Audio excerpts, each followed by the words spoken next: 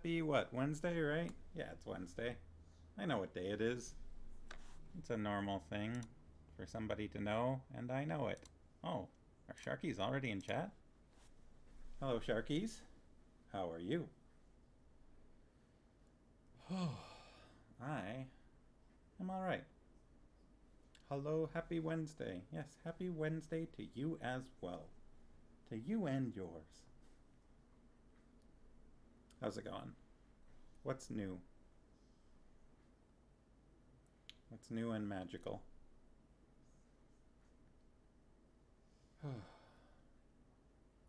Farmhouse and I went and saw Somewhat Sleepy. Yeah,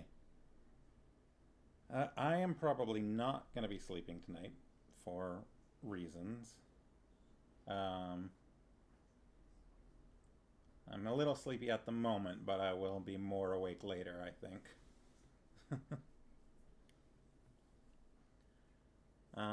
Yeah. Farmhouse and I went and saw Doctor Strange on Friday. I won't say any spoilers about that. I will say that it's probably the most violent Marvel film to date, and it's probably not even close. And it was very creepy, and there was at least one or two scenes that made me feel deeply uncomfortable, but I think they were supposed to, like they made me feel uncomfortable because they were supposed to make me feel uncomfortable. Um, I think that people that really like and watch a lot of horror films probably would not consider it to be a horror film. Um, but it's pretty close.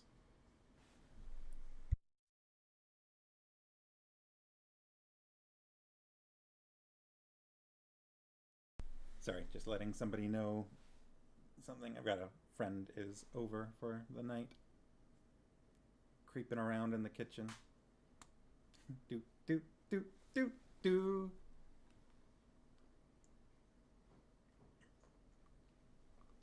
But yeah, I thoroughly enjoyed it. I liked it a lot.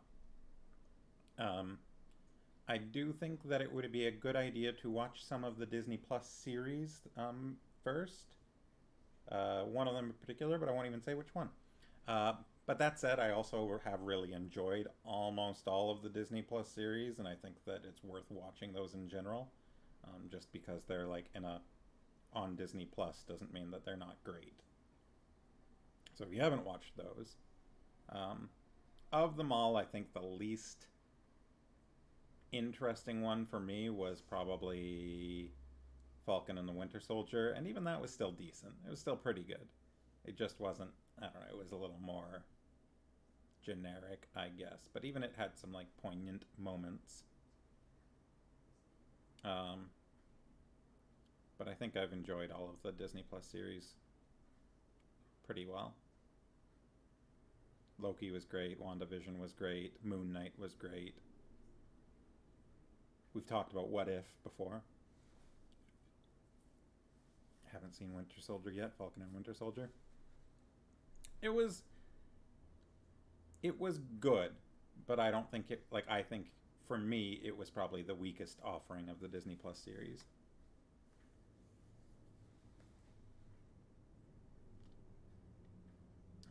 Yeah, but that's just again personal opinion. And it did have like I said, it did have some things that I did enjoy in it. It just had some plot points that I was kind of like and it felt a little more action movie ish um, to me. Mm. Sharky's heard that it wasn't that good. Yeah, yeah, it was not anything that I would say was bad. To be clear, like I would not call it bad. I would say it was good, but it wasn't better than good by my standards. But yeah, Doctor Strange was good. I really enjoyed it, but I would not take the kids. Would be my recommendation. Um, Yeah. And again, maybe my standards are not the same, but my suggestion would be don't take the kids.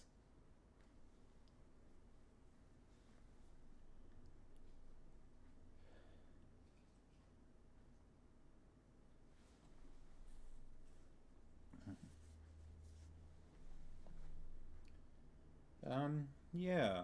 And then how was Mother's Day? Oh, we saw the pictures of your Star Wars pancakes, of course. That was those were pretty great. You say the kids haven't seen any of the MCU films or TV yet, but literally today they watched Into the Spider Verse for the millionth time.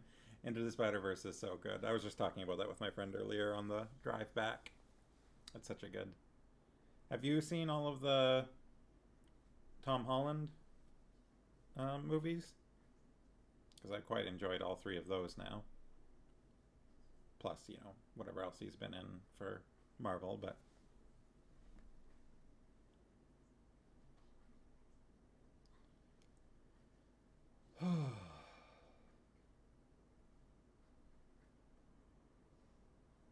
you've seen all of that.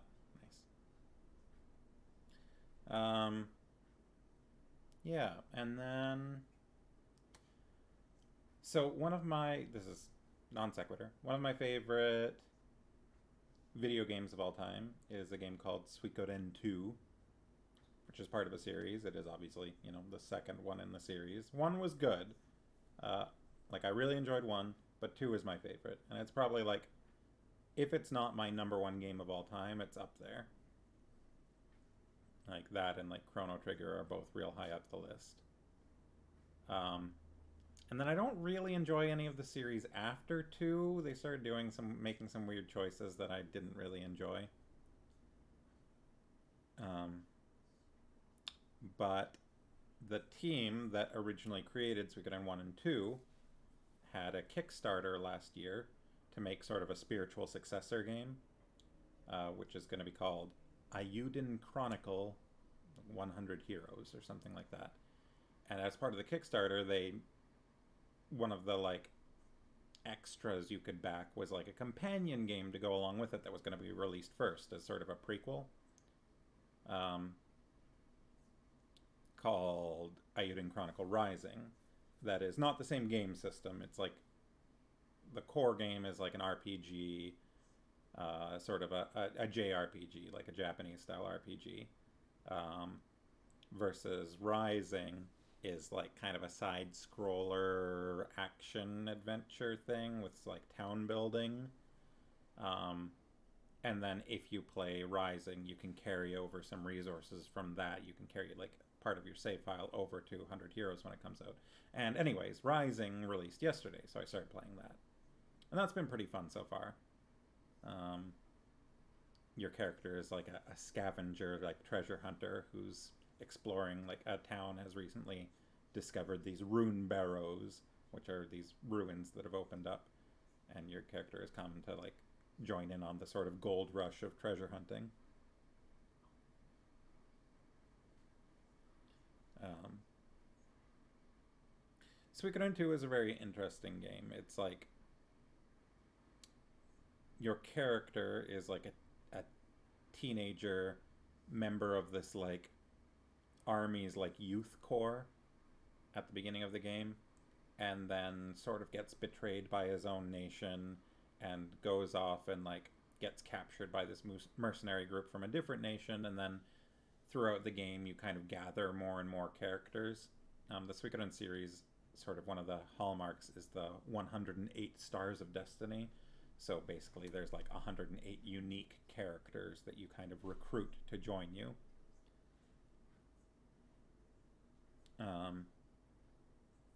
And then just the story for Suikoden 2 is fantastic. I really love the plot and the character development, and just like some of the twists and turns and things that happen in that game are just great. So I'm really excited for the Ayuden Chronicle game because it's got so much of the core team from Suikoden, and I'm like, yes, I want that. So I think the actual 100 Heroes game comes out next year. It's supposed to, anyways. And from what I've seen of it so far, because they send backer updates like once a month, everything I've seen looks great. And so far, Rising has been fun. Lots of animal people. One of the three characters that you play as is like a kangaroo man. And then in the town, you encounter lots of like beast folk. There's like this parrot man named Squash that's kind of funny, and like there's been a wolf man that I remember encountering, and in one of the backer updates for 100 Heroes, they introduced this guy who is a capybara man who runs the hot springs. So that's pretty entertaining.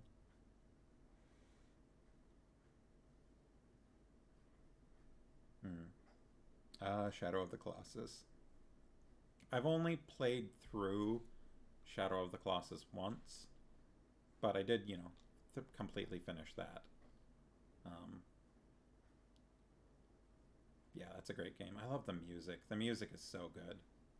And just like the epic sort of cinematic moments when you're on the back of the big flying bird over the like water, or the other one in the desert.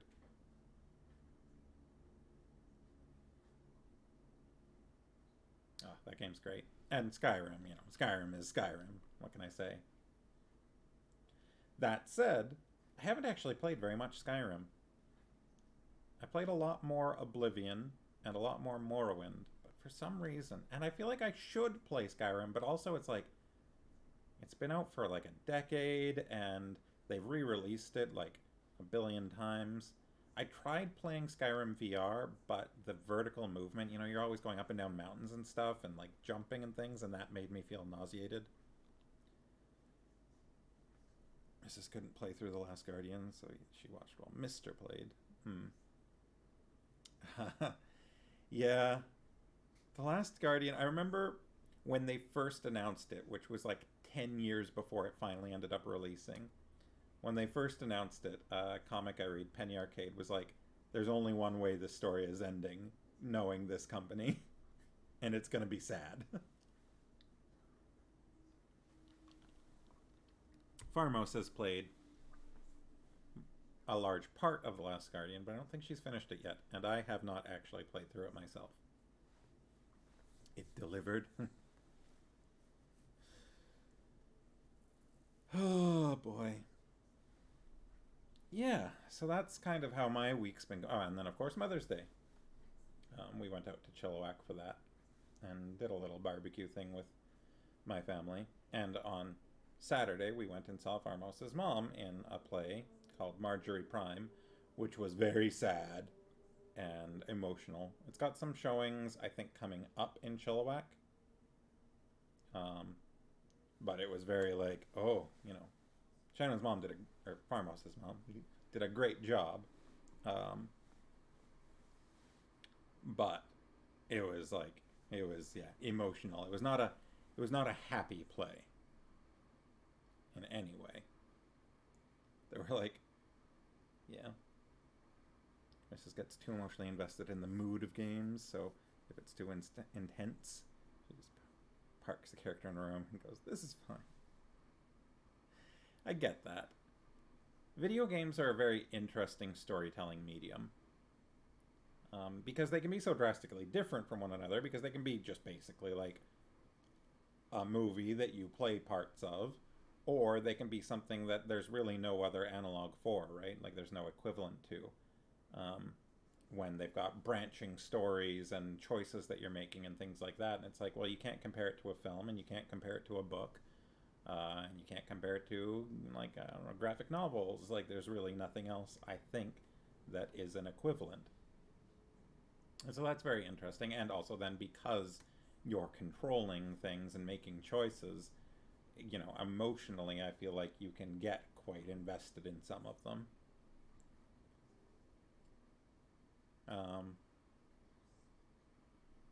Yeah. Like some games that have like very straightforward story that can't change. Those I think you can compare to a film in a lot of ways, right? It's just a film that you also that has interactivity and that you're playing the game. But some of them, I don't know. I don't think that there is an equivalent to. Books, brews, and booze. You're not that late. We haven't started yet. We're just talking about how our weeks have been, or how my, well, I've been talking about how my week's been, anyways.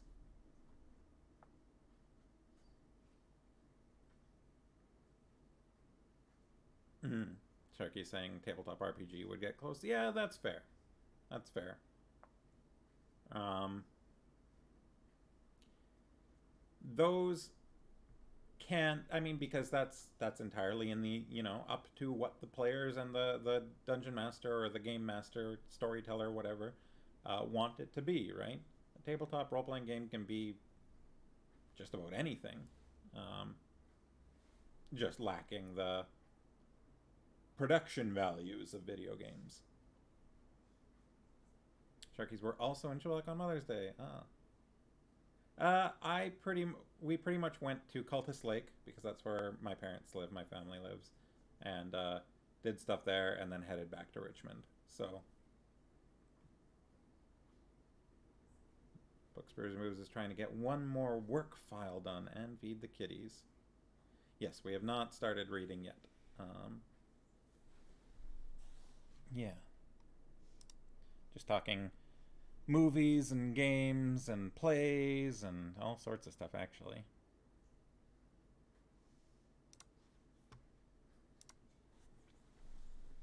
Yeah, and then I went to Kung Fu yesterday, so I've actually had quite a busy week. There's been something every day. Honestly, the past like several months have just been packed. Um, and I'm going to be busy through the rest of this week. And then maybe next week will be a little calmer for me.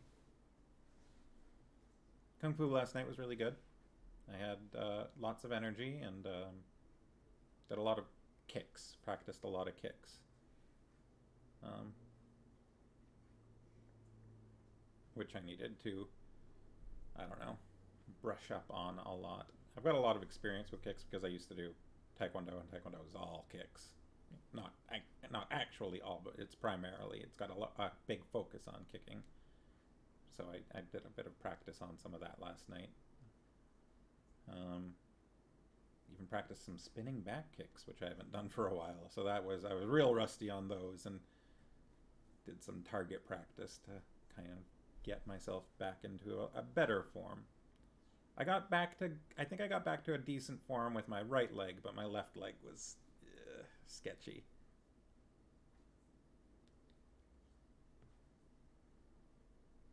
Do I have any interest in being part of a halfway to Halloween raid train on May 21st?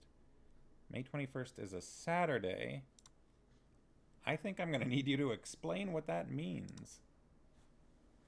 Basically, a bunch of musical and bookish Twitch folks are coming together, each doing something spooky. May 21st. May 21st. So not this weekend, the following weekend. I'm intrigued. I'm definitely interested. I would need to think about it. Just in that, like, I have no idea what I would do other than read a book about witches, because that's just what we're doing right now. I don't know. A special Saturday edition? Maybe. I need to check my schedule and see if I have plans. I don't think I have plans that weekend, but thank you for the invitation, or the theoretical invitation, I guess. And I will think it over and message you about it, because I would need to figure out what I would actually do for something like that. Yeah. That's interesting though. Halfway to Halloween. That's funny. Like, always it's for some people it's just always in relation to Halloween. Like, yes, it's October 127th today or whatever. you're thinking of reading The Legend of Sleepy Hollow, or if that's too long, maybe some spooky poetry. Oh. uh, I've got... Actually, now that you mention that, I've got something that would fit quite well in the other room. It's possible we're calling it Half-O-Ween. That's possible. You have a command on your stream that tells how many days it is until Halloween. That's funny. Nice. So let's talk about where we're at in the book. In the literal sense, I'm on page 104 for 2 hours. Okay. What's the deadline for getting in on it? The deadline, ho ho. So, let's see. In our last stream, the ghost of the King of Lancre captured Grebo, trapped Grebo, the cat, in a room in the castle, in an effort to get a witch to come to the castle, because the king decided that a witch would probably be able to see him.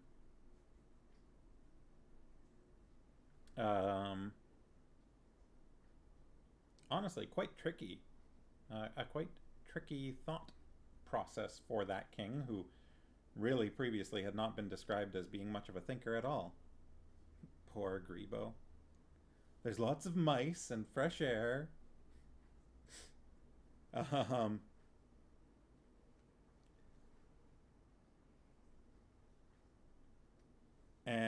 Yeah, so the king, that's what happened there. And then Magrat Garlic and the fool of the castle had a run-in with each other. Didn't really even speak to each other, and yet suddenly Magrat became very preoccupied with said fool.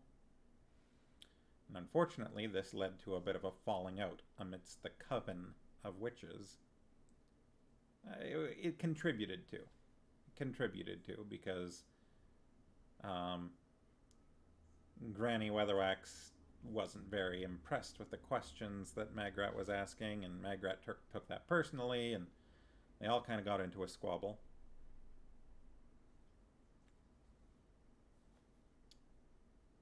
Next week, beginning of next week. Okay. I'll think about it over the like after the stream is done tonight, and I'll say tentatively yes. I've got something else that I could think of to do. 2 hours. 2 hours is a good stretch of time. I don't know, but I'll say tentatively I'm interested. But it is also going to depend on whether or not I have something else booked on that day or not. I don't think I do on the 21st, but I need to double check. Technically, another streamer has created it, so you're not exactly certain how they want to handle it. But you also think you may have taken charge. Fair enough. Yeah. So,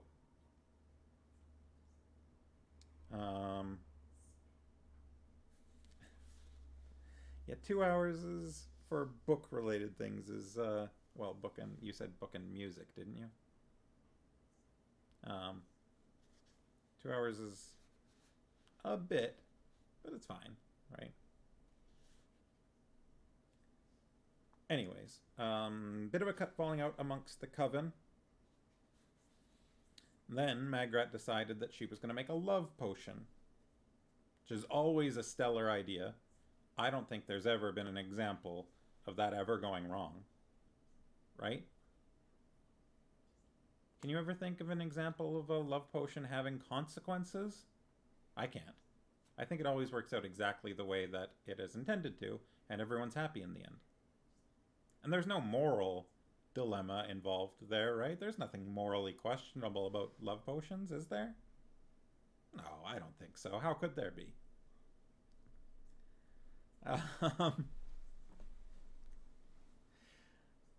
alternately, can you ever think of an example where a love potion has gone right? Where there have not been consequences? I can't actually. What could possibly go wrong, right?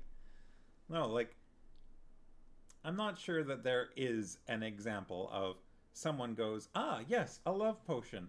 Let's use this." And then everything works out and nobody's unhappy and there's no problems and there's no, I don't know, brainwashiness or anything like that, right? Just the idea of a love potion in the first place is just gross. Sharkies can only think of eventually the problem is solved. Yeah.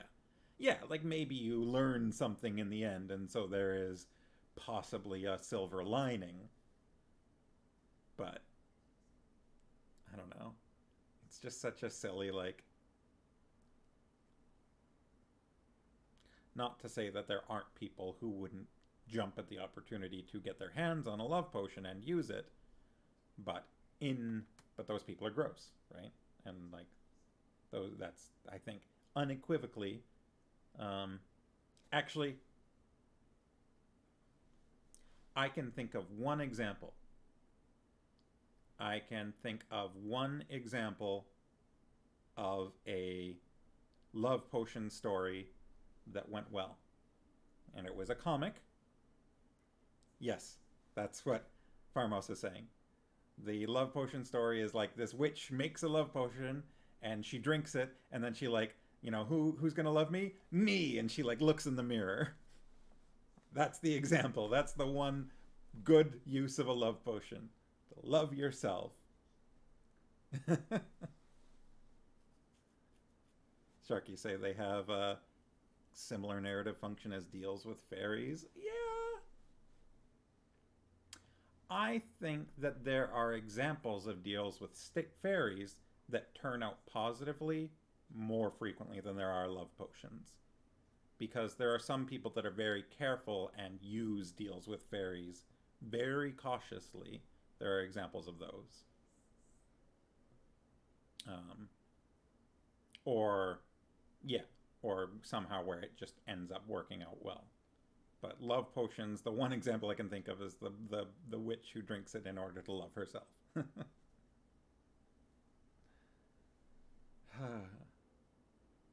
Anyways, yeah, so the coven had a falling out. Magrat decided to make a love potion. Um, and then she had a run in with, our Sean. Um, I think it was Sean. Yeah, it was our Sean.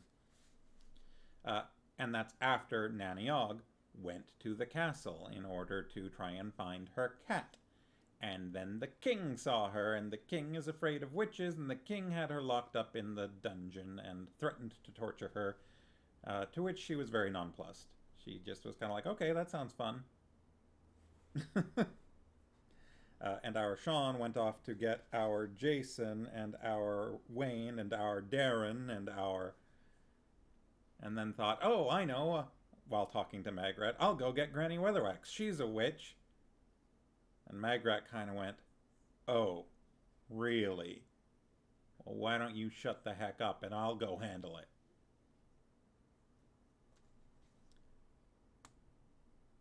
Sharky say it's funny that she / the story never divulges who the other party is in the plural our part of our Sean, etc. Well, that's just the our as in the families. I think it's just in reference everyone in that family, like that's the way that some people in like rural areas.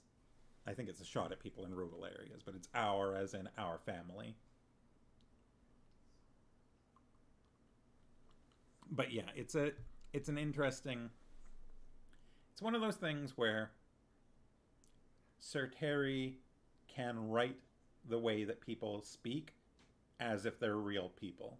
Like, actually, this is how people do things. It's just a weird thing that people talk like this sometimes, and it makes them feel more human.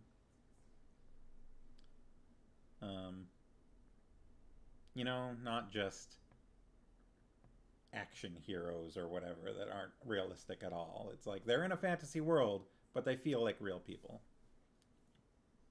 Kind of reminds me of some of some early like Spielberg stuff, like Close Encounters of the Third Kind.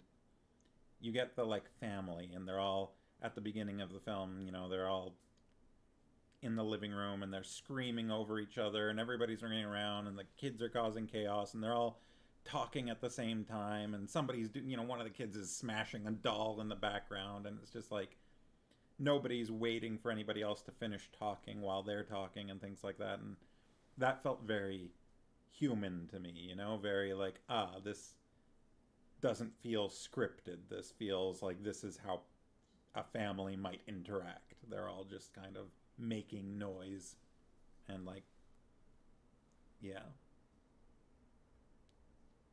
It's definitely a sidetrack thought there, but just, let Sharky say, authentic messiness. Yeah, yeah.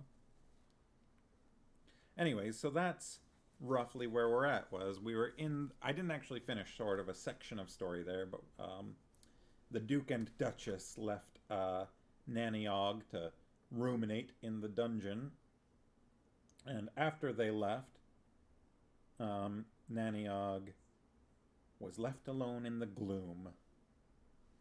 And that's where we're at, on page 104/105. End of 104, beginning of 105. Everybody ready? Let's do this. It's 7:30 already. What the heck? I'm going to start reading this book. So hopefully everybody's ready for that, because I'm going to do that now. That's now what I'm going to do now. Right. I'm going to backtrack slightly. The door slammed behind them. There was a click of locks and a thudding of bolts. Nanny was left alone in the gloom. A flickering torch high on the wall only made the surrounding darkness more forbidding. Strange metal shapes, designed for no more exalted purpose than the destruct testing of the human body, cast unpleasant shadows. Nanny Og stirred in her chains. "All right," she said. "I can see you. Who are you?" King Verence stepped forward. "I saw you making faces behind him," said Nanny Og. "All I could do to keep a straight face myself." "I wasn't making faces, woman. I was scowling." Nanny squinted. "There, I know you," she said. "You're dead." "I prefer the term passed over," said the king. "I bow." Footnote, said Nanny. "Only there's all these chains and things. You haven't seen a cat around here, have you?" Footnote, witches never curtsy. End of footnote. "Yes, he's in the room upstairs, asleep." Nanny appeared to relax. "That's all right then," she said. "I was beginning to worry." She stared around the dungeon again. "What's that big bed thing over there?" "The rack," said the king, and explained its use. Nanny Og nodded. "What a busy little mind he's got," she said. "I fear, madam, that I may be responsible for your present predicament," said Verence, sitting down on, or at least just above, a handy anvil. "I wished to attract a witch." "I suppose you're no good at locks?" "I fear they would be beyond my capabilities as yet. But surely—" The ghost of the king waved a hand in a vague gesture which encompassed the dungeon, Nanny, and the manacles. "To a witch, all this is just so much—" "Solid iron," said Nanny. You might be able to walk through it, but I can't. I didn't realize, said Verence. I thought witches could do magic. Young man, said Nanny, you will oblige me by shutting up. Madam, I am a king. You are also dead, so I wouldn't aspire to hold any opinions if I was you. Now just be quiet and wait, like a good boy. Against all his instincts, the king found himself obeying. There was no gainsaying that tone of voice. It spoke to him across the years, from his days in the nursery. Its echoes told him that if he didn't eat it all up, he would be sent straight to bed. Nanny Ogg stirred in her chains. She hoped they would turn up soon. Said the king uneasily. I feel I owe you an explanation.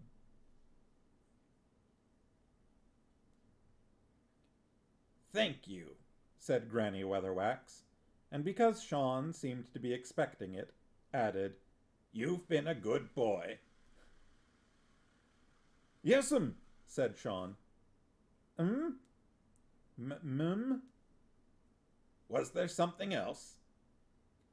Sean twisted the end of his chainmail vest out of embarrassment. It's not true what everyone's been saying about our mam, is it, ma'am? He said. She doesn't go around putting evil curses on folk. Except for Davis the butcher. And old Cakebread after he kicked her cat. But they wasn't what you'd call real curses, was they, mum? You can stop calling me mum. Yes, mum. They've been saying that, have they? Yes, mum. Well, your mam does upset people sometimes. Sean hopped from one leg to another. Yes, mum, but they says terrible things about you, mum, saving your presence, mum. Granny stiffened. What things? Don't like to say, mum. What things? Sean considered his next move. There weren't many choices. A lot of things what aren't true, mum, he said, establishing his credentials as early as possible. All sorts of things, like old Verence was a bad king, and you helped him on the throne, and you caused that bad winter the other year, and old Norbert's cow didn't give no milk after you looked at it. A lot of lies, mum, he added loyally. Right, said Granny. She shut the door in his panting face, stood in thought for a moment, and retired to her rocking chair. Eventually, she said once more, Right. A little later, she added, She's a daft old besom, but we can't have people going around doing things to witches. Once you've lost your respect, you ain't got a thing. I don't remember looking at old Norbert's cow. Who's old Norbert? She stood up, took her pointed hat from its hook behind the door, and, glaring into the mirror, skewered it in place with a number of ferocious hatpins. They slid on one by one, as unstoppable as the wrath of God. She vanished into the outhouse for a moment and came back with her witch's cloak, which served as a blanket for sick goats when not otherwise employed. Once upon a time it had been black velvet. Now it was just black. It was carefully and slowly fastened by a tarnished silver brooch.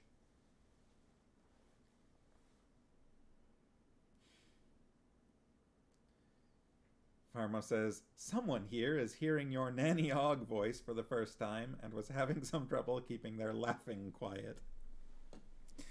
I think that's appropriate. Nanny's got a kind of ridiculous voice, huh?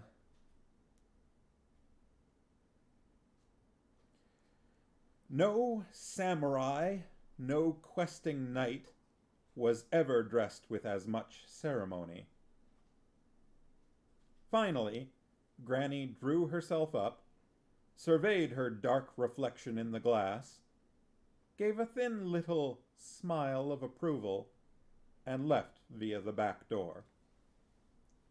The air of menace was only slightly dispelled by the sound of her running up and down outside, trying to get her broomstick started.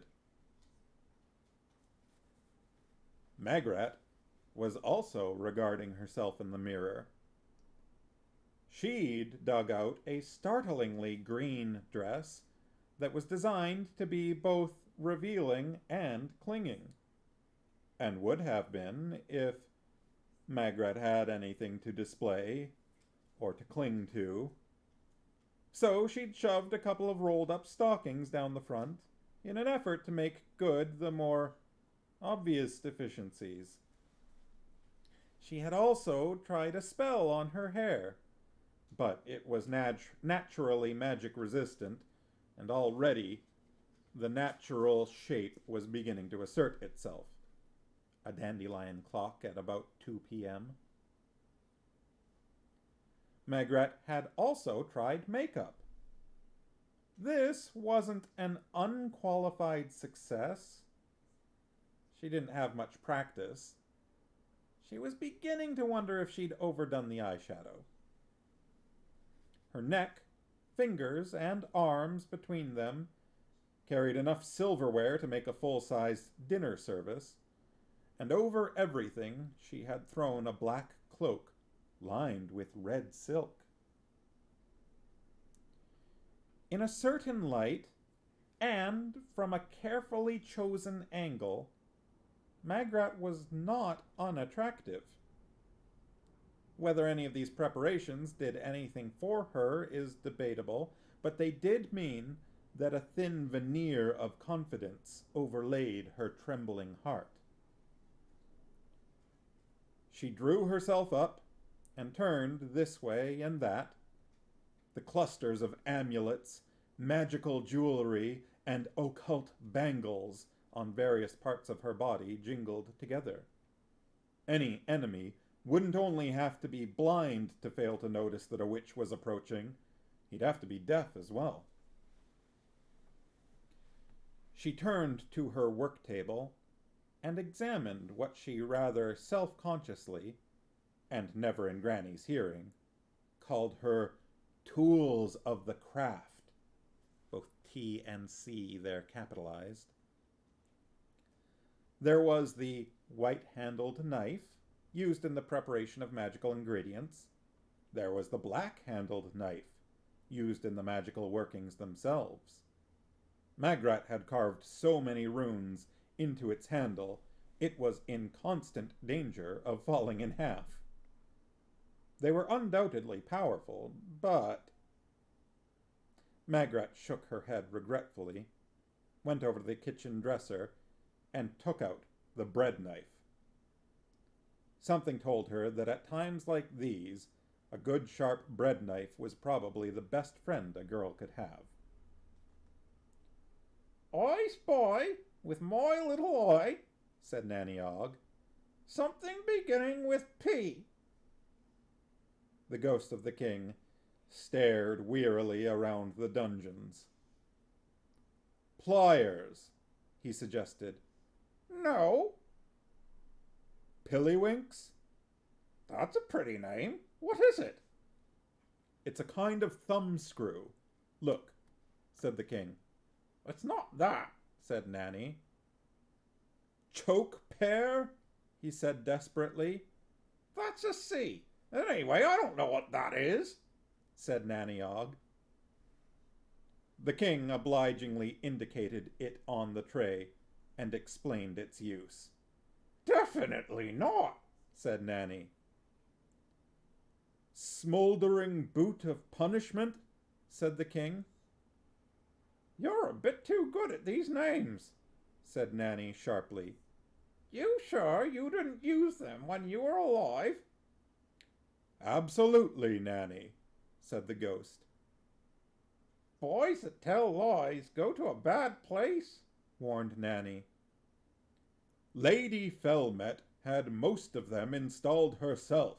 It's the truth, said the king desperately. He felt his position to be precarious enough without having any bad places to worry about. Nanny sniffed. Right then, She said, slightly mollified. it was Pinchers. But Pinchers is just another name for the king began, and stopped himself in time. During his adult life, he'd been afraid of no man, beast, or combination of the two. But Nanny's voice brought back old memories of schoolroom and nursery, of life under strict orders given by stern ladies in long skirts, and nursery food, mostly gray and brown, which seemed indigestible at the time, but now appeared a distant ambrosia. That's 5 to me, said Nanny happily. They'll be back soon, said the king. Are you sure you'll be all right? If I'm not, precisely how much help can you be? Said Nanny. There was the sound of bolts sliding back. Farmhouse is talking about the difference between a chef's knife and a bread knife, saying a chef's knife would be more useful, or a cleaver. I'm wondering whether said bread knife that's been mentioned is actually serrated.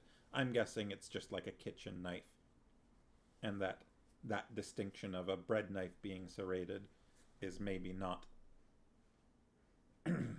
what's being talked about here. That's my guess, anyways.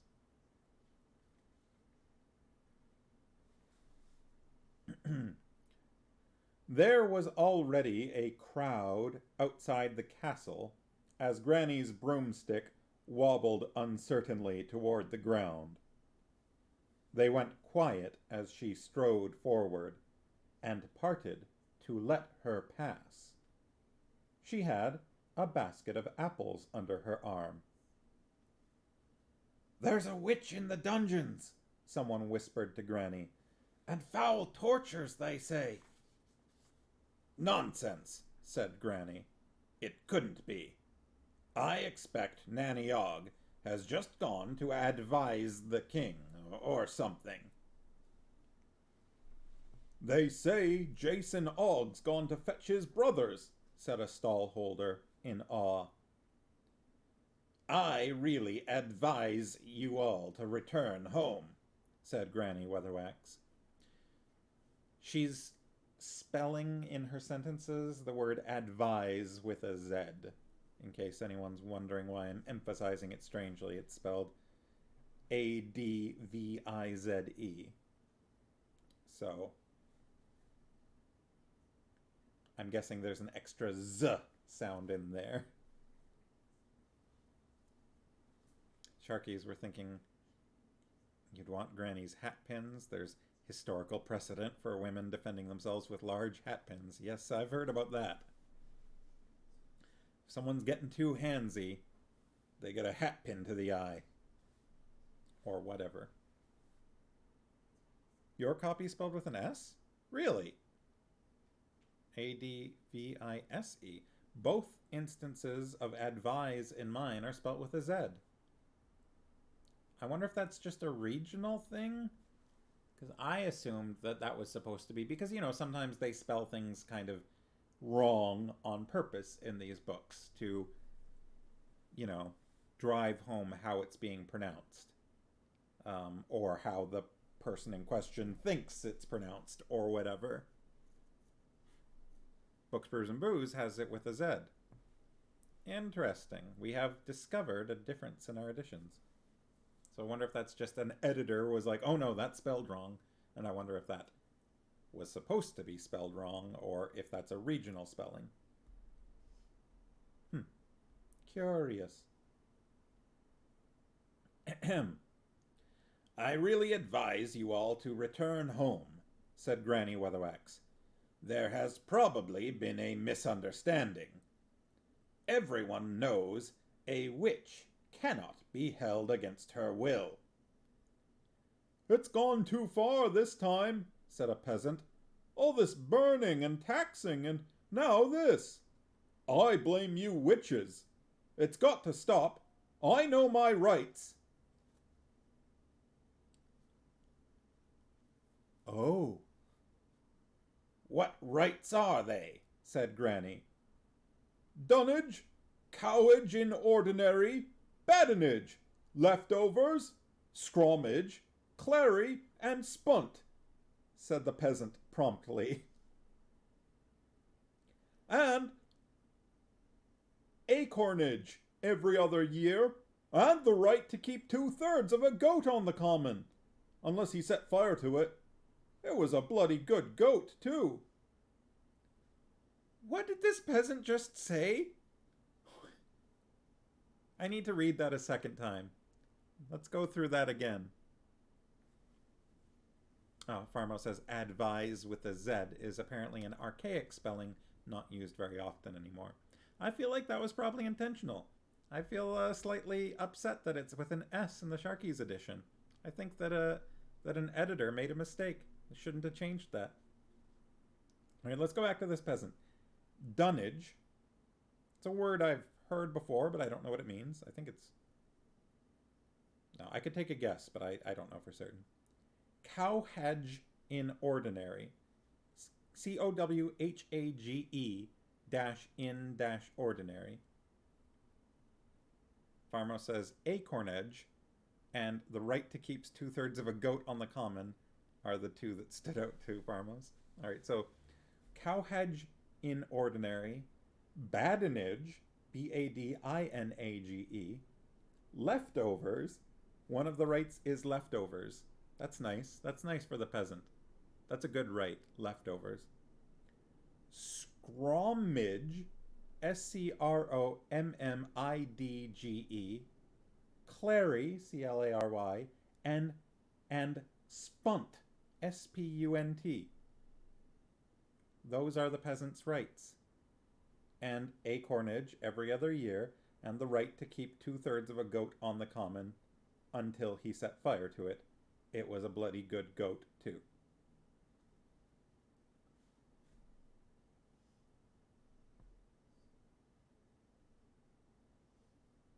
Well done, peasant. "A man could go far, knowing his rights like you do," said Granny. "But right now, he should go home." She turned and looked at the gates. There were 2 extremely apprehensive guards on duty. She walked up to them and fixed one of them with a look. "I am a harmless old seller of apples," she said, in a voice more appropriate for the opening of hostilities in a middle-range war. "Pray let me past, dearie." The last word had knives in it. "No one must enter the castle," said one of the guards. "Orders of the Duke." Granny shrugged. The apple seller gambit had never worked more than once in the entire history of witchcraft, as far as she knew, but it was traditional. "I know you, Champette Poldy," she said. "I recall I laid out your granddad, and I brought you into the world." She glanced at the crowds, which had regathered a little way off, and turned back to the guard, whose face was already a mask of terror. Let's see. Sharky say our edition is fairly recent printing, so probably a new correction. Yeah, I kind of guessed as much. I don't like it, though. Somebody made a mistake. They shouldn't do that. Farmo says cowhage is a bean-like plant, and dunnage, a person's belongings, especially those brought on board ship. And that's one of the peasants' rights, huh? She leaned a little closer to the guard and said, I gave you your first good hiding in this valley of tears, and by all the gods, if you cross me now, I will give you your last. There was a soft, metallic noise as the spear fell out of the man's fearful fingers. Granny reached and gave the trembling man a reassuring pat on the shoulder. But don't worry about it, she added. Have an apple. She made to step forward, and a second spear barred her way. She looked up with interest. The other guard was not a ram-topper, but a city-bred mercenary brought up to swell the ranks depleted in recent years. His face was a patchwork of scar tissue. Several of the scars rearranged themselves into what was possibly a sneer. So, that's witch's magic, is it? Said the guard. Pretty poor stuff. Maybe it frightens these country idiots, woman, but it doesn't frighten me. I imagine it takes a lot to frighten a big, strong lad like you, said Granny, reaching up to her hat. And don't you try to put the wind up me neither. The guard stared straight ahead and rocked gently on the balls of his feet. Old ladies like you twisting people around. It shouldn't be stood for, like they say. Just as you like, said Granny, pushing the spear aside. Listen, I said, the guard began, and grabbed Granny's shoulder. Her hand moved so quickly it hardly seemed to move at all. But suddenly he was clutching at his arm and moaning. Granny replaced the hat pin in her hat and ran for it. What were we talking about? There it is. Stabbed with a hat pin.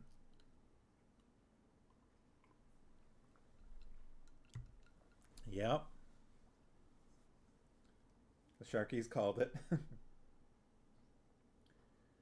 We will begin, said the Duchess, leering, with the showing of the implements.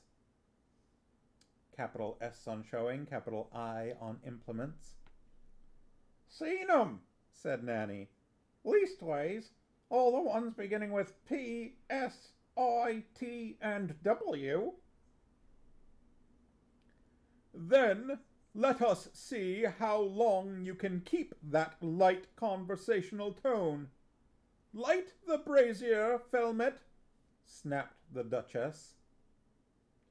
Light the brazier, fool, said the Duke. The fool moved slowly. He hadn't expected any of this. Torturing people hadn't been on his mental agenda.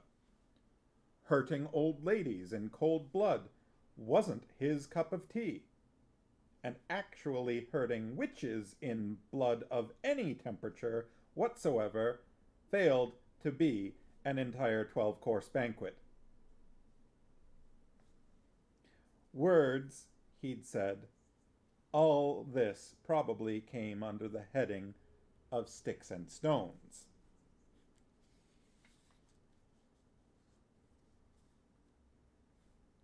I don't like doing this, he murmured under his breath.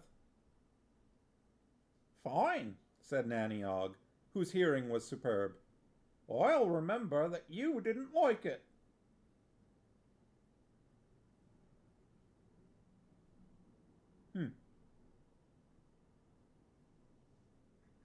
That's good. That's the, just following orders thing, right? Well, I don't like doing this, but you're still doing it. Doesn't matter if you don't like doing it, you're still doing it, aren't you? I feel like that's what Nanny's saying there. What's that? Said the Duke sharply. Nothing, said Nanny. Is this going to take long? I haven't had breakfast. The fool lit a match. There was the faintest disturbance in the air beside him, and it went out. He swore and tried another.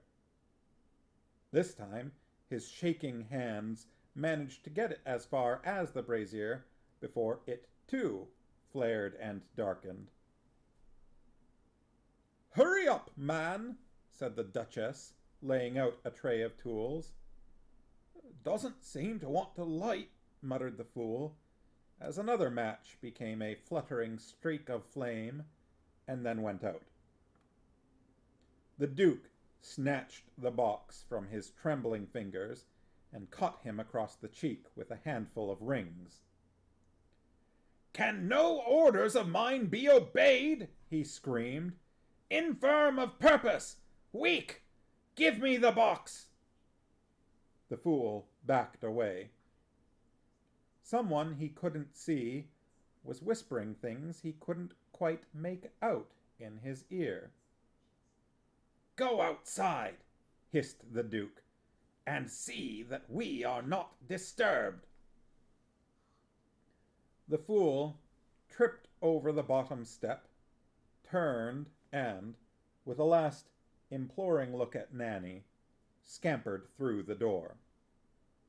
He capered a little bit, out of force of habit. "The fire isn't completely necessary," said the Duchess. "It merely assists. Now, woman, will you confess?" "What to?" said Nanny. "It's common knowledge. Treason, malicious witchcraft, harboring the king's enemies, theft of the crown." A tinkling noise made them look down. A blood-stained dagger had fallen off the bench, as though someone had tried to pick it up, but just couldn't get the strength together. Nanny heard the king's ghost swear under its breath, or what would have been its breath. "And spreading false rumors," finished the Duchess. "Salt in my food," said the Duke, nervously, staring at the bandages on his hand. He kept getting the feeling that there was a fourth person in the dungeon. "If you do confess," said the Duchess, "you will merely be burned at the stake. And please, no humorous remarks." "What false rumors?" Sharky say, "She turned me into a newt." Farmo says that salt thing has really paid off. Yeah. The Duke closed his eyes, but the visions were still there. "Concerning the accidental death of the late King Verence," he whispered hoarsely. The air swirled again. Nanny sat with her head cocked to one side, as though listening to a voice only she could hear. Except that the Duke was certain that he could hear something too. Not exactly a voice, something like the distant sighing of the wind. "Oh, I don't know nothing false," she said. "I know you stabbed him, and you gave him the dagger. It was at the top of the stairs." She paused, head cocked, nodded, and added, "Just by the suit of armor with the pike. And you said, if it's to be done, it's better if it's done quickly, or something. And then you snatched the king's own dagger, the very same what is now lying on the floor, out of his belt, and—" "You lie! There were no witnesses. There was nothing to witness. I heard something in the dark, but there was no one there. There couldn't have been anyone seeing anything," screamed the Duke. His wife scowled at him. "Do shut up, Lionel," she said. "I think within these four walls we can dispense with that sort of thing." "Who told her? Did you tell her?" "And calm down. No one told her. She's a witch, for goodness sake. They find out about these things. Second glance or something." "Sight," said Nanny. Sight. "Which you will not possess much longer, my good woman, unless you tell us who else knows, and indeed assist us on a number of other matters," said the Duchess grimly. "And you will do so, believe me. I am skilled in these things." Granny glanced around the dungeon. It was beginning to get crowded. King Verence was bursting with such angry vitality that he was very nearly apparent, and was furiously trying to get a grip on a knife. But there were others behind, wavering, broken shapes, not exactly ghosts, but memories, implanted in the very substances of the walls themselves by sheer pain and terror. "My own dagger! The bastards! They killed me with my own dagger!" said the ghost of King Verence silently, raising his transparent arms and imploring the netherworld in general to witness this ultimate humiliation. "Give me strength!" "Yes," said Nanny. "it's worth a try." "And now we will commence," said the Duchess.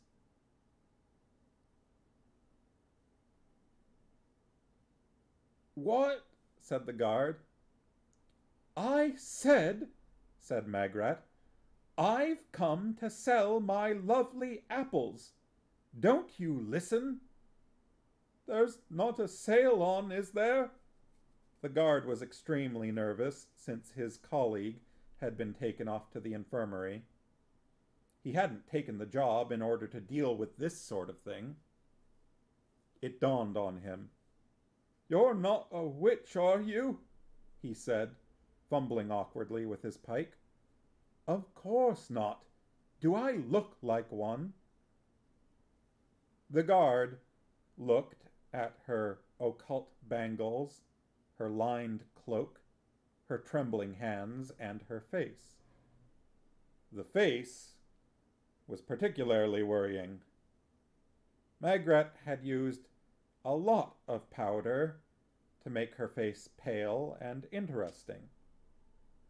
It combined with the lavishly applied mascara to give the guard the impression that he was looking at 2 flies that had crashed into a sugar bowl.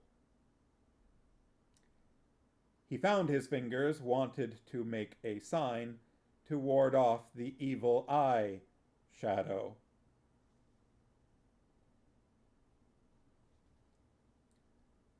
"Right," he said, uncertainly. His mind was grinding through the problem. She was a witch. Just lately, there had been a lot of gossip about witches being bad for your health. He'd been told not to let witches pass. But no one had said anything about apple sellers. Apple sellers were not a problem. It was witches that were the problem. She'd said she was an apple seller, and he wasn't about to doubt a witch's word. Feeling happy with this application of logic, he stood to one side and gave an expansive wave. Although my copy actually says expansive. E-X-P-A-N-S-I-V-E. I think that's a typo. Pharma says that's some solid logic. This witch says she's an apple seller. Well, okay. "Pass, apple seller," he said. "Thank you," said Magrat sweetly.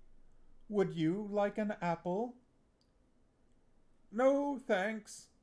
I haven't finished the one the other witch gave me," His eyes rolled. Not a witch. Not a witch. An apple seller. An apple seller.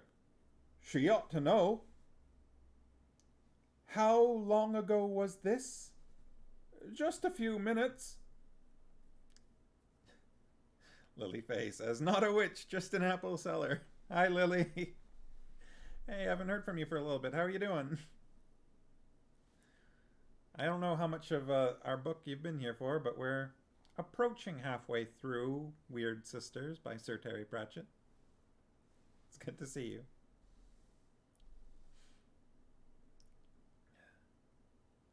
Oh, I see. Expansive. Yeah, that's a word.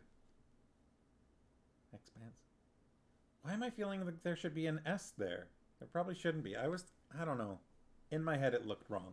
But yes, expansive is correct. Not a typo. Sharkies say, I've definitely selectively chosen to accept the story someone has given me before, rather than what I otherwise ascertain to be the truth. I think as a guard, that's generally frowned upon.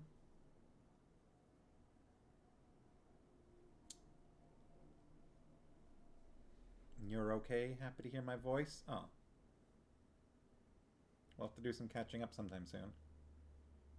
Farmo says sometimes it's really not worth arguing. But again, as a guard, I think you're supposed to argue. Or just say no. You know, you're not supposed to let a witch in because she says she's an apple seller. Anyways, not that I'm holding it against him in this particular instance.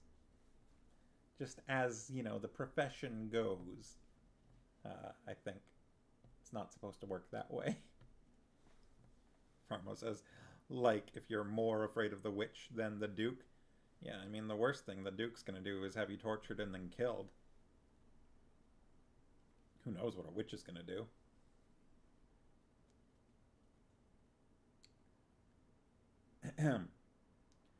Granny Weatherwax was not lost. She wasn't the kind of person who ever became lost. It was just that, at the moment, while she knew exactly where she was, she didn't know the position of anywhere else. Currently, she had arrived in the kitchens again, precipitating a breakdown in the cook, who was trying to roast some celery. The fact that several people had tried to buy apples from her wasn't improving her temper.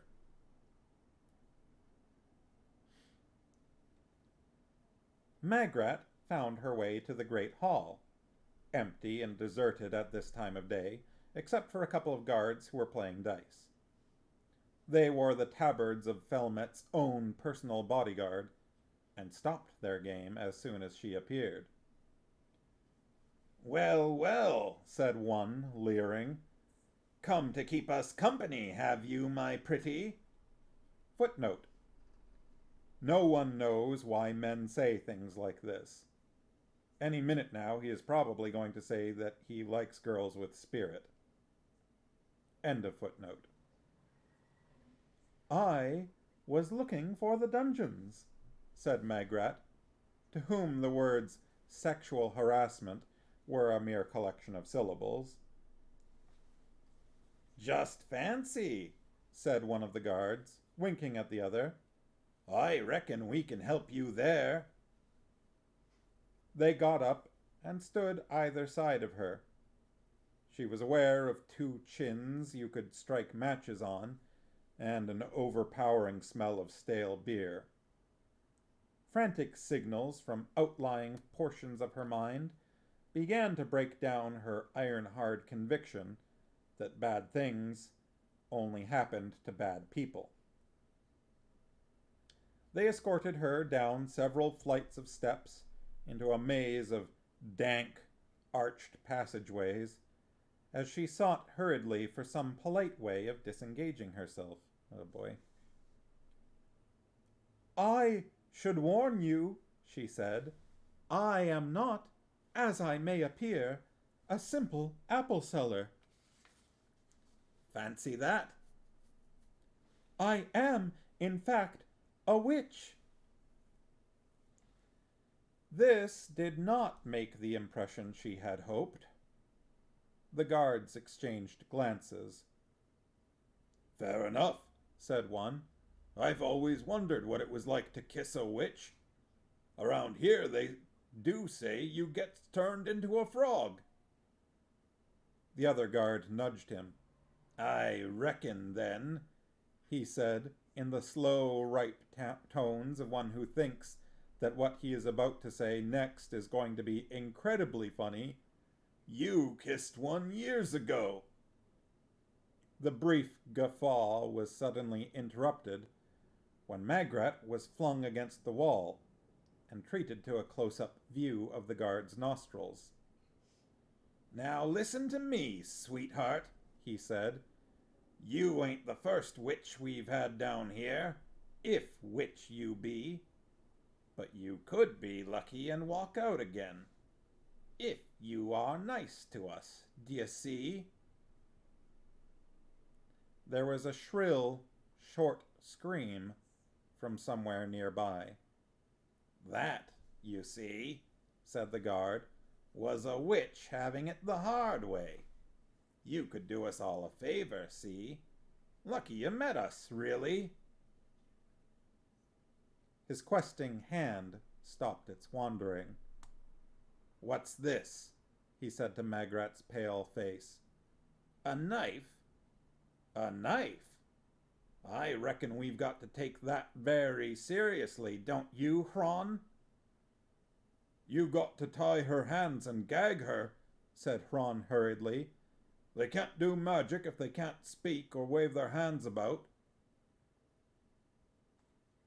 You can take your hands off her. All three stared down the passage at the fool. He was jingling with rage. You can probably hear that. That's the dishwasher singing at me that it's finished. There we go. The song has stopped. Good timing. Let her go this minute, he shouted, or I'll report you. Oh, you'll report us, will you? Said Hron. And will anyone listen to you, you earwax-colored little twerp? This is a witch we have here, said the other guard, so you can go and tinkle somewhere else. He turned back to Magrat. I like a girl with spirit, he said, incorrectly, as it turned out. The fool advanced with the bravery of the terminally angry. I told you to let her go, he repeated. Hron drew his sword and winked at his companion. Magrat struck. It was an unplanned, instinctive blow, its stopping power considerably enhanced by the weight of rings and bangles. Her arm whirred around in an arc that connected with her captor's jaw and spun him twice before he folded up in a heap with a quiet little sigh, and incidentally with several symbols of occult significance embossed on his cheek. Embossed, it's spelled E-N-B-O-S-S-E-D, not E-M.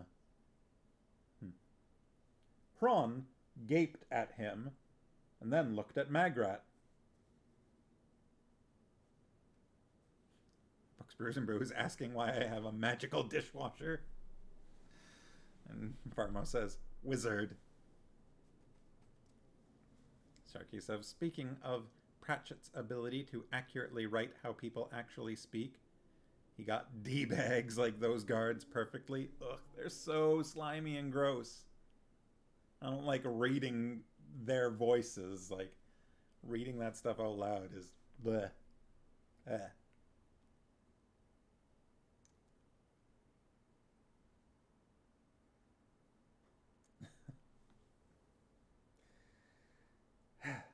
Hron gaped at him, and then looked at Magrat.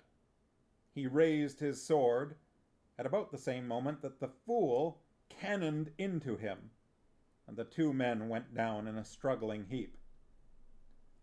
Like most small men, the fool relied on the initial mad rush to secure an advantage, and was at a loss for a follow-through. And it probably would have gone hard with him if Hron hadn't suddenly become aware that a bread knife was pressed to his neck. "Let go of him," said Magrat, pushing her hair out of her eyes. He stiffened. "You're wondering whether I really would cut your throat," panted Magrat. "I don't know either. Think of the fun we could have together finding out." That line sounds familiar. Is that a reference to something? I feel like that's a reference to something, but I don't know what. She reached down with her other hand and hauled the fool to his feet by his collar.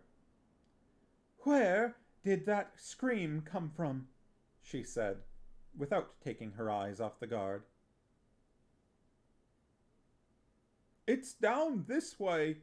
They've got her in the torture dungeon, and I don't like it. It's going too far, and I couldn't get in, and I came to look for someone." "Well, you found me," said Magrat. "You," she said to Hron, "will stay here, or run away for all I care, but you won't follow us." He nodded, and stared after them as they hurried down the passage. The door's locked," said the fool. "There's all sorts of noises, but the door's locked." "Well, it's a dungeon, isn't it?" "They're not supposed to lock from the inside." It was, indeed, unbudgeable. Silence came from the other side, a busy, thick silence that crawled through the cracks and spilled out into the passage. A kind of silence that is worse than screams.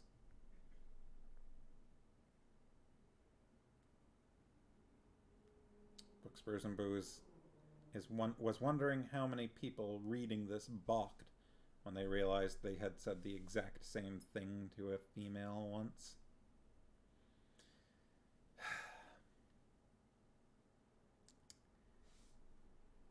That's an interesting thought. Catching yourself sounding like a villain. Or, like an unsavory sort. And finding someone making fun of you for it.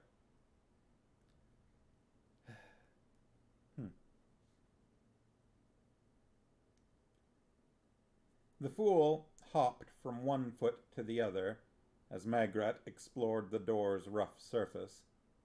"Are you really a witch?" he said. "They said you were a witch. Are you really?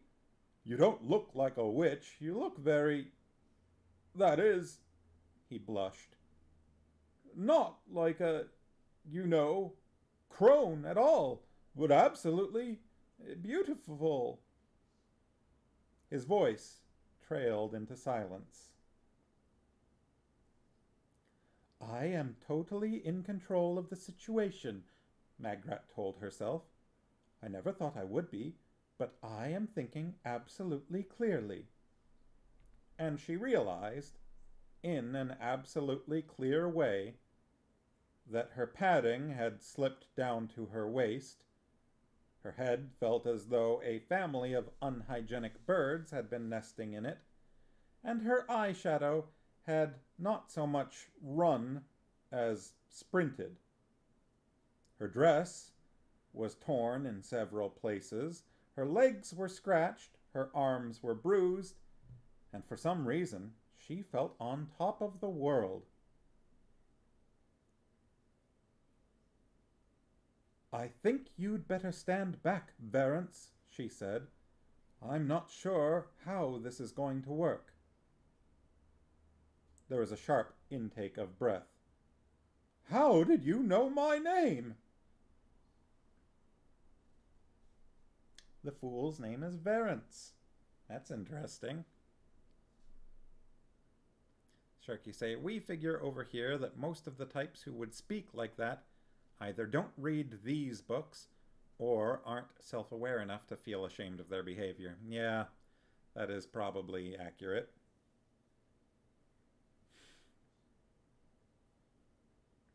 Magrat sized up the door. The oak was old, centuries old, but she could sense just a little sap under a surface varnished by the years into something that was nearly as tough as stone. Normally, what she had in mind would require a day's planning and a bag full of exotic ingredients. At least, so she'd always believed. Now she was prepared to doubt it.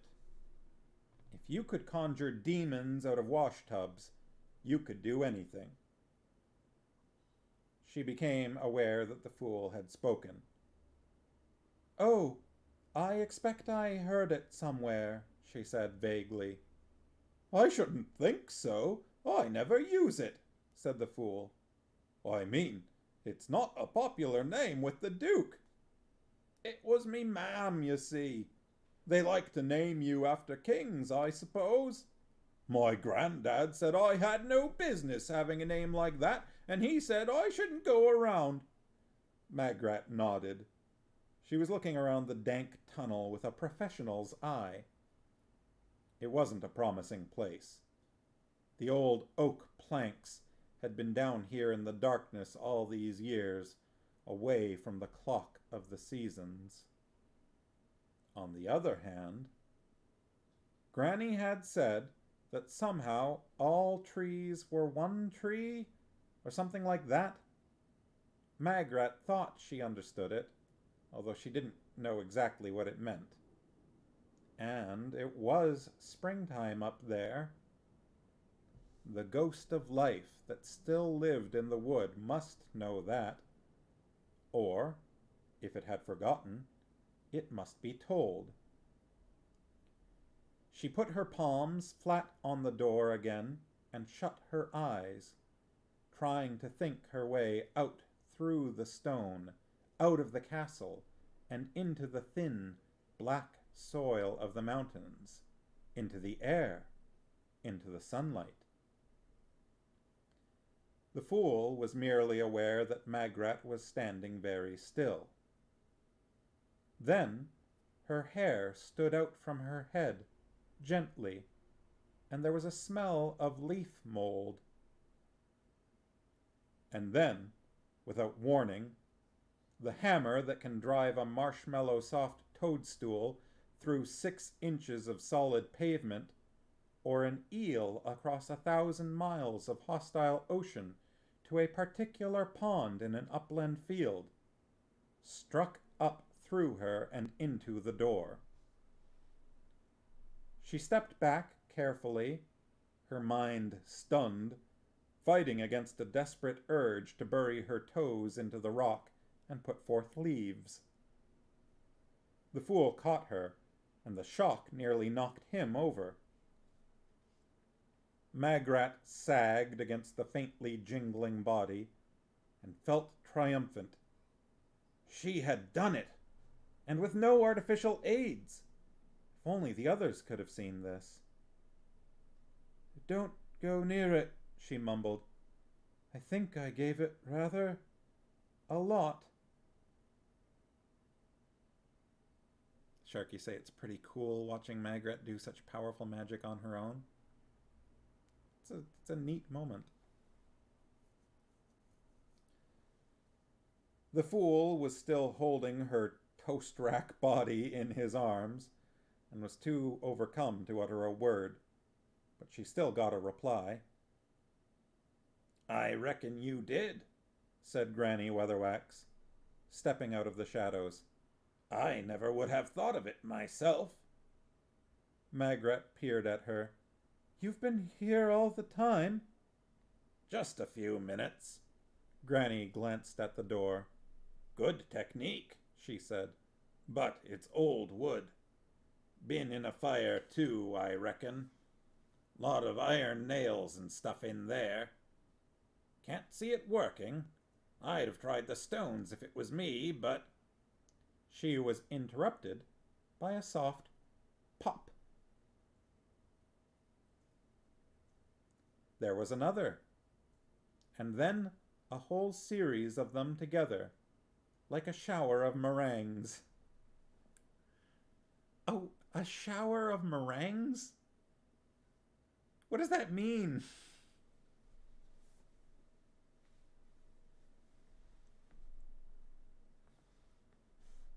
Farmo says it's one of the few times you see non-headology magic done, and the Sharkies think it still seems a little based in headology.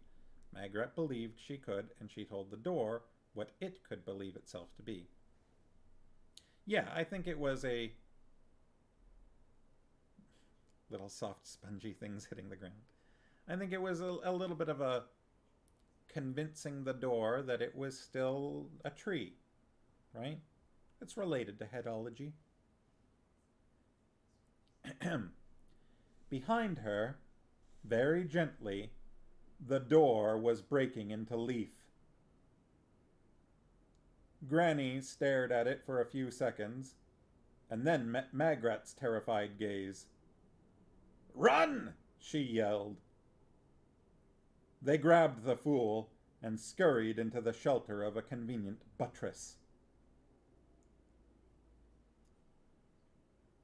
Sharky say, shower of meringues, a common technique among Foley artists. Ah, yes. The old classic sound creation technique.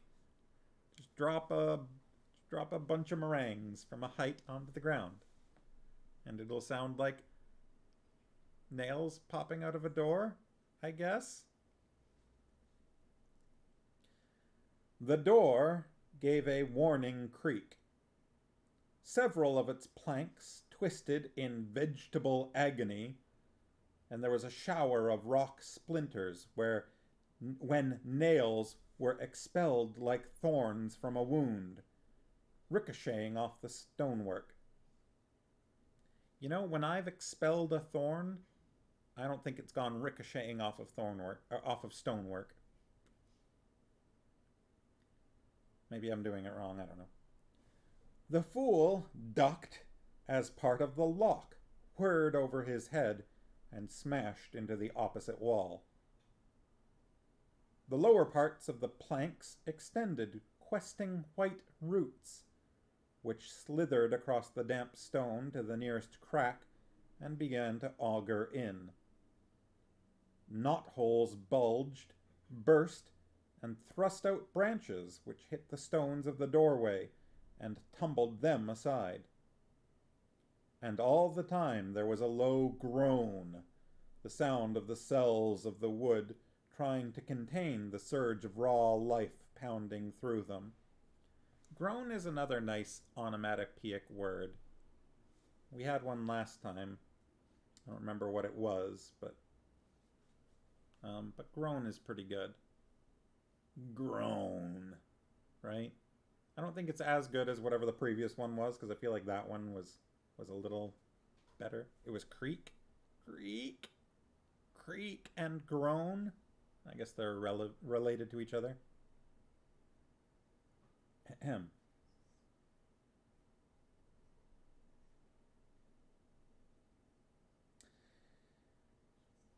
"If it had been me," said Granny Weatherwax, as part of the ceiling caved in further along the passage, "I wouldn't have done it like that.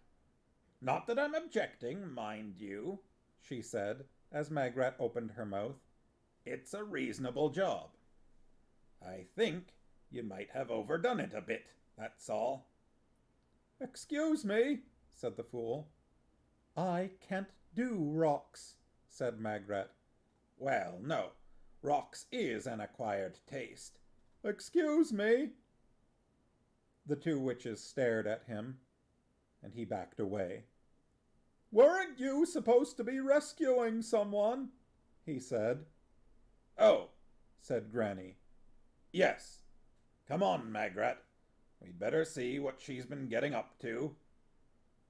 "There were screams," said the fool, who couldn't help feeling they weren't taking things seriously enough. "I dare say," said Granny, pushing him aside and stepping over a writhing taproot. "If anyone locked me in a dungeon, there'd be screams. Bleh. There was a lot of dust inside the dungeon, and by the nimbus of light around its one torch, Magrat could dimly make out 2 figures cowering in the furthest corner. Most of the furniture had been overturned and scattered across the floor. It didn't look as though any of it had been designed to be the last word in comfort. Nanny Og was sitting quite calmly in what appeared to be a sort of stocks. "Took your time," she observed. "Let me out of this, will you? I'm getting cramp." And there was the dagger. It spun gently in the middle of the room, glinting when the turning blade caught the light.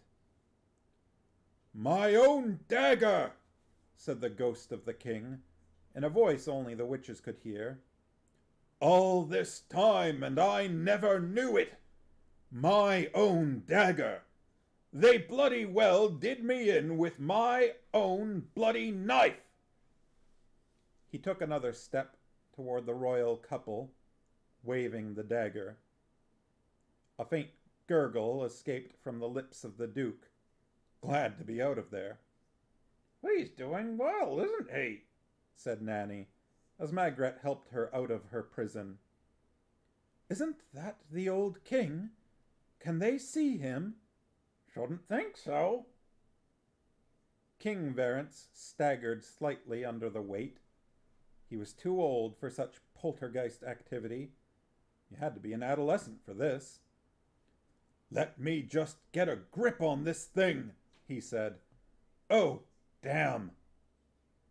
The knife dropped from the ghost's tenuous grasp and clattered to the floor. Granny Weatherwax stepped forward smartly and put her foot on it. "The dead shouldn't kill the living," she said. "It could be a dangerous name. Precedent. We'd all be outnumbered, for one thing." The Duchess surfaced from her terror first. There had been knives swooping through the air and exploding doors, and now these women were defying her in her own dungeons. She couldn't be sure how she was supposed to react to the supernatural items, but she had very firm ideas about how she should tackle the last one.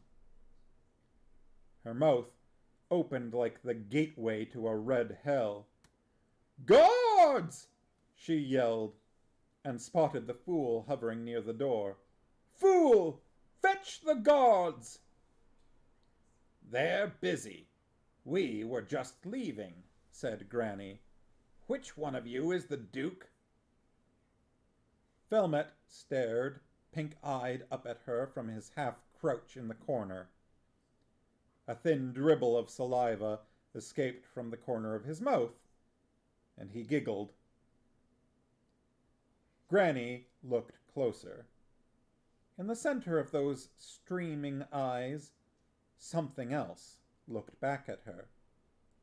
"I'm going to give you no cause," she said quietly, "but it would be better for you if you left this country. Abdicate, or whatever." "In favor of whom?" said the Duchess icily. "A witch?" "I won't," said the Duke. "What did you say?" I think that was Granny. What do you say? The Duke pulled himself upright, brushed some of the dust off his clothes, and looked Granny full in the face. The the coldness in the center of his eyes was larger. I said I won't, he said. Do you think a bit of simple conjuring would frighten me? I am the king by right of conquest, and you cannot change it. It is as simple as that, witch. He moved closer. Granny stared at him. She hadn't faced anything like this before. The man was clearly mad, but at the heart of his madness was a dreadful cold sanity, a core of pure interstellar ice in the center of the furnace. She'd thought him weak, under a thin shell of strength, but it went a lot further than that. Somewhere, deep inside his mind, somewhere beyond the event horizon of rationality, the sheer pressure of insanity had hammered his madness into something harder than diamond. If you defeat me by magic, magic will rule, said the Duke, and you can't do it. And any king raised with your help would be under your power. Hag-ridden, I might say. That which magic rules, magic destroys. It would destroy you too. You know it. Ha! Ha! Granny's knuckles whitened as he moved closer. You could strike me down, he said, and perhaps you could find someone to replace me. But he would have to be a fool indeed, because he would know he was under your evil eye, and if he mispleased you, why, his life would be instantly forfeit. You could protest all you wished, but he'd know he ruled with your permission, and that would make him no king at all. Is this not true? Granny looked away. The other witches hung back, ready to duck. I said, is this not true? Yes, said Granny, it is true. Yes, but there is one who could defeat you, said Granny slowly. The child. Let him come when he is grown. A young man with a sword, seeking his destiny. The Duke sneered. Very romantic. But I have many years to prepare. Let him try.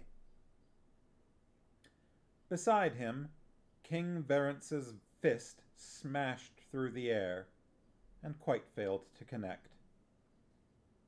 The Duke leaned closer until his nose was an inch from Granny's face. Get back to your cauldrons, Wyrd sisters, he said softly. Well, there's a break here. Let's see. Yeah, I think we better stop there. That was a long scene, and the next one looks like it's also going to be pretty long. And it's 8:45 my time. Pharma says, maybe puppy coming. I don't see a puppy. Where's a puppy? Where's that puppy? Where's that Binnabon Bean? I can summon the puppy.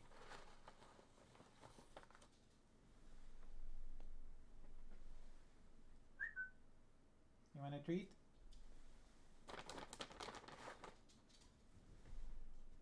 Puppy.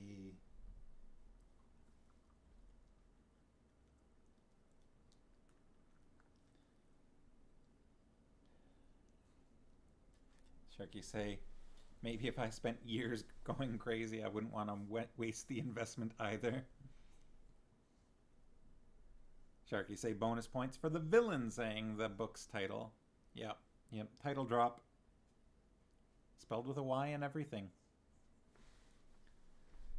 So that was a little intense, wasn't it? We had a few moments in that section. Granny and Magrat both preparing themselves in their accoutrements. Both of them showing up as apple sellers because it's tradition. That's got to be a reference to what? Snow White, right? Which one's the one with the apple? Is it Snow White? Or is Snow White the spinning wheel? Or is it both? I always get the apple and the spinning wheel mixed up.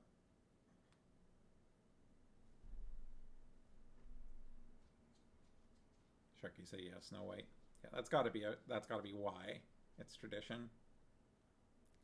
In Pathfinder, when Pathfinder was initially coming out, one of the classes you could play as was a witch, and one of the class abilities you got as a witch was the ability to prepare a poison apple. I thought that was pretty hilarious. Spinning wheel is Sleeping Beauty. Ah, right. I always will, like, remember one of those two, Snow White and Sleeping Beauty, and then forget the other one's title and plot entirely for some reason. They're not interchangeable, but like they occupy the same space in my head, so I remember one and forget the other.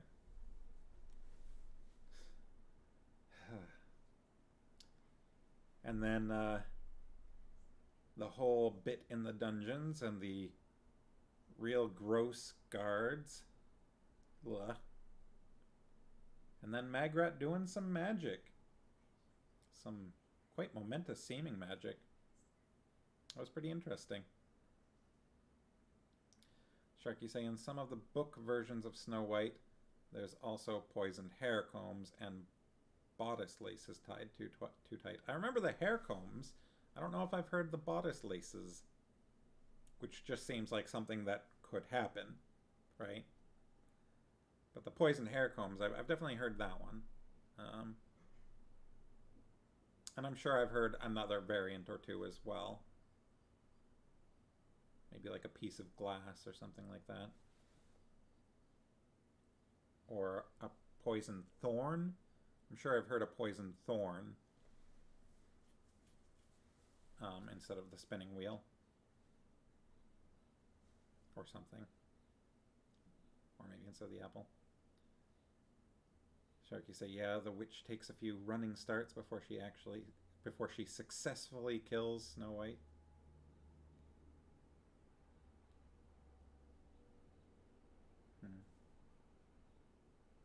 So yeah, that was a slightly heavier chapter. And it's interesting that we're like, I don't think we're quite halfway through the book. This felt like it should have come later in the book to me. Like it seems like a big scene for just midway through. But I guess it does end with, you know, the witches and the Duke parting from each other with the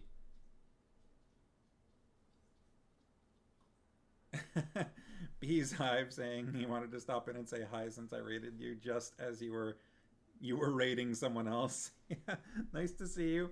Hi. Yeah, we just wrapping up reading part of Wyrd Sisters by Sir Terry Pratchett. So that's what I do Wednesdays and Fridays. I read various books. But thanks for popping in. I rated you at the suggestion of Books, Brews, and Booze. Yeah, right there.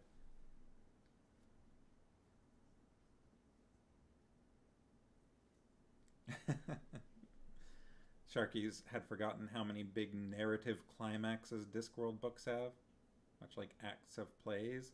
Yeah, well, and this book in particular is clearly influenced by at least a couple of different plays.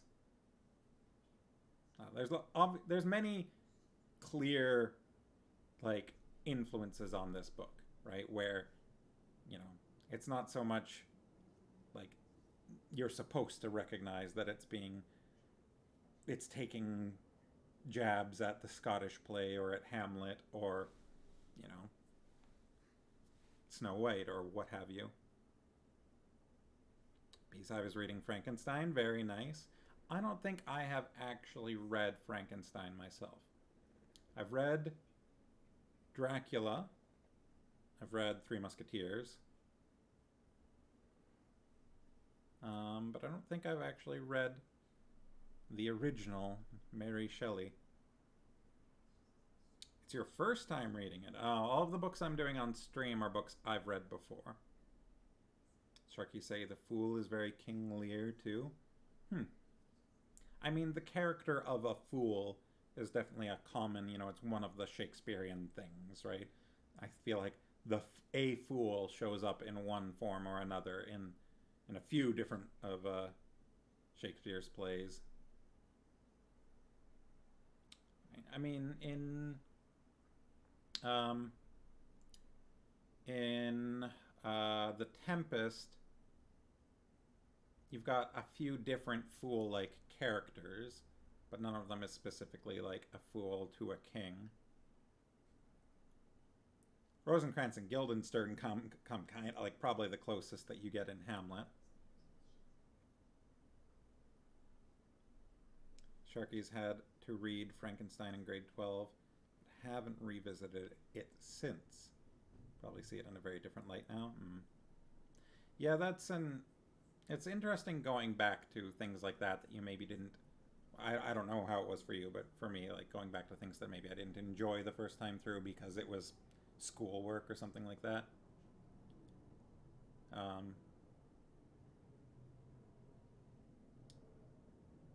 Though I can't think of any particular examples of things that I've gone back to that I didn't enjoy the first time, because usually I'm like, I didn't enjoy that, I'm not going to read it again. Mr. covered it in an English lit, of course. Ah, yes. Beeshive loves talking about and sharing books. You love it too, but reading books for the first time is fun too. Yeah, oh yeah, for sure.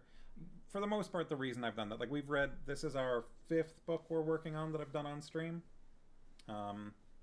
And for stream, I usually stick to the ones I know, because I know I enjoy them and I know they're safe to share with people. I wouldn't want to be reading a book that I'm unfamiliar with and then come across something real nasty or something like that and go, oh, I don't want to finish this book now, or something like that, Not that that's likely to happen, but it's possible. There are books out there that I would not want to read on this stream for sure. Sharky say, although we have a baby board book version of Frankenstein that is actually extremely accurate for being 1 word per page. That's interesting. I'm curious. Sharky's Books, Brews, and Booze says, I think I want to get that book. Yeah, I'm definitely curious about that. That sounds pretty entertaining. A baby board book version of Frankenstein. That's funny.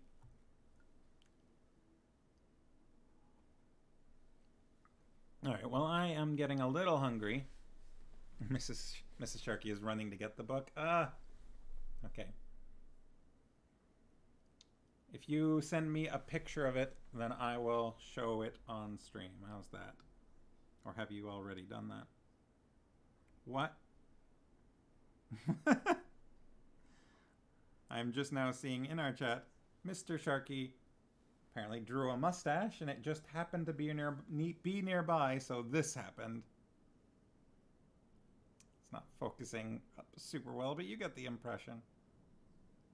Alright, I am more heavily mustached than usual for this stream, apparently. I look like, I don't know, Dr. Eggman, but with hair or something.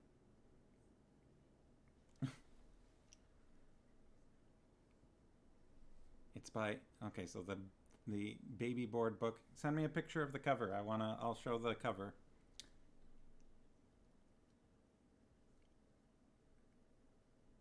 It's by Jennifer Adams, ISBN 9781423637417.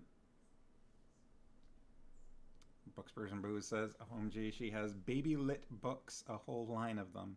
Dracula, Alice in Wonderland, Pride and Prejudice. Let me turn up the brightness on my phone. It says, let's see if it'll focus.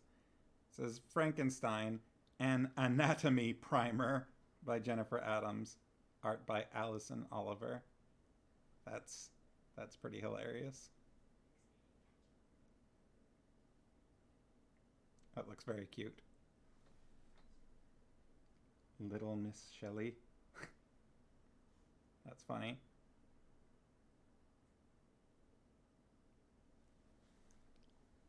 Even a Sherlock Holmes one. Sharkies also have the Jabberwocky one. Been favorites of your kids for a few years now. Nice. Okay, well, I am getting a little hungry. And also a little tired. Though I am going to be staying up all night tonight. So I'm going to wrap things up here. Beehive or Books, Brews, and Booze, do either of you have a suggestion for someone I could raid out to? Because I'm not following that many people, and everyone I am following is not streaming right now. Books, Brews, and Brews. Why is for Yorick a slightly irreverent Shakespearean ABC book for grown-ups? Alas. Oh,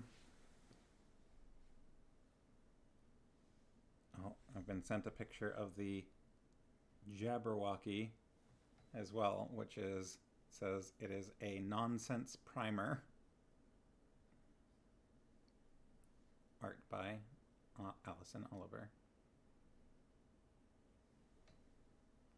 Sharky say slightly or very irreverent Shakespeare is the only way to do Shakespeare. I'm not going to say it's the only way. Because there's more serious... Of course, I'm way out of focus now. There are more serious Shakespearean ones, but... Yeah. Books Persian Brew says, oh Lord, I need all of these books. Nice. A new discovery.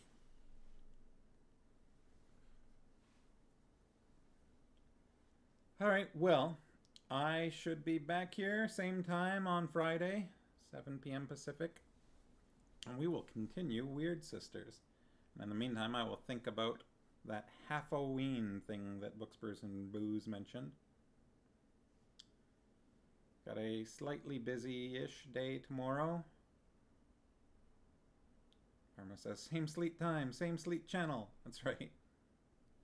Yeah, any suggestions for rating out? Otherwise, I'm just going to wrap things up and end here. I hope everyone had fun with tonight's stream. Some good moments there, as we were talking about. All right, see you soon. Okay, well, have a good rest of the week, everyone. See you Friday. And thanks for joining us, Bees Hive? Bees? Plural? Bees Hive. Thanks for joining us. Have a good night. Bye.